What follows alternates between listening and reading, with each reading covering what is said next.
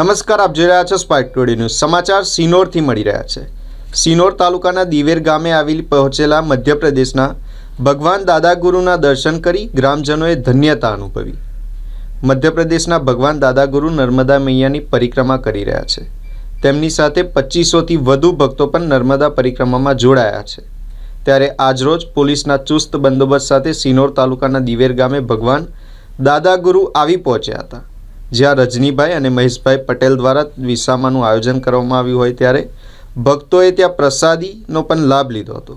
ત્યાં આરામ કર્યો હતો. જ્યારે દિવેર ગામે આદિવાસી સમાજના યુવાનો અલ્પેશ વસાવા સેગવા, ઘનશ્યામભાઈ વસાવા દિવેર, કલ્પેશભાઈ વસાવા ઉતરાજ, રાજેશભાઈ વસાવા તરવા સાથે કૃણાલ દરજી તેમજ સ્થાનિક આગેવાનો દ્વારા નર્મદા પરિક્રમાવાસીઓનું ફૂલની વર્ષા કરીને ભવ્ય સ્વાગત કરવામાં આવ્યું હતું. મારું નામ રજનીકાંત રામદાસ પટેલ. હું શ્રી રામેશ્વરી રેવા ટ્રસ્ટ ચેરિટેબલ ટ્રસ્ટનો ટ્રસ્ટી.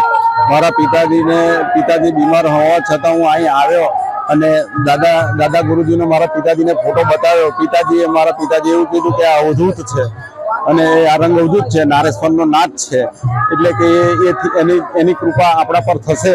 અને ત્યાર પછી મેં બધું એક જ મિનિટમાં, મારી પાસે એક રૂપિયો પણ નહોતો અને આયોજન કર્યું. ત્યાર પછી મેં દાદાની કૃપાથી મારી પાસે આ ખર્ચ પેટેના બધા જ રૂપિયા આવી ગયા અને ઘણો મોટો ઓર્ડર મારી પાસે ફેક્ટરીનો આવી ગયો. એ દાદાની અસલી કૃપા છે. દાદાની